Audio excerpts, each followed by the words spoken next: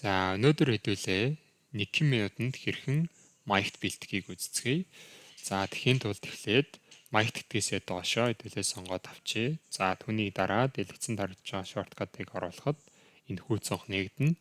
За энэ цонхноос хэдүүлээ custom гэдгийг сонгоод type гэдэг дээр нь дэлгэцэн дарагдж байгаа томьёог оруулаад өгнө. За ингэж оруулж өгснийхээ дараа окей дарлаа. За одоо утгуудаа бүгдийг сонгож аваад дөрвөн баг нь утга болгоноор нь хойшоо нэгтгэж авъя гэж үзье. За тэхийн тулд дэлгэцэн дарагдж байгаа шорткатыг дарна. За ингээд утгууд маань одоо хойшоо нэгтгэхэд ороод ирж байгааг харж байгаах. За үүний дараа би уг маягт дээрээ формат оруулъя. За формат оруулах одоо хамгийн хялбар арга нь авто формат байдаг. За авто форматыг хэрхэн оруулахыг би өмнөх хичээлээр үзчихсэн.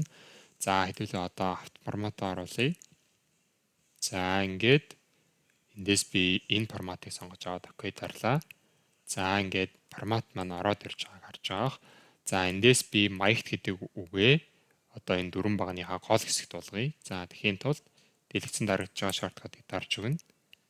За ингээд голлоод ороод ирж байна.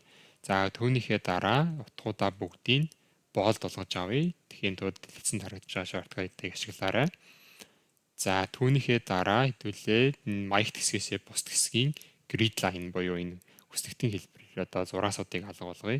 За дэлгэцэн дарагдж байгаа шорткатыг оруулахад ингээд grid line маань алга болж байгааг харж байгаах. За энэний дараа хамгийн сүүлийн үйлдэл буюу маягтынхаа гадуур одоо тод хүрээтэй болгоё.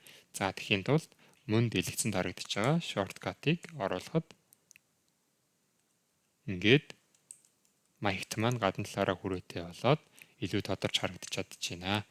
За ингээд 1 минутын дотор бид маягт бэлтгэх боломжтой байдаг ахна.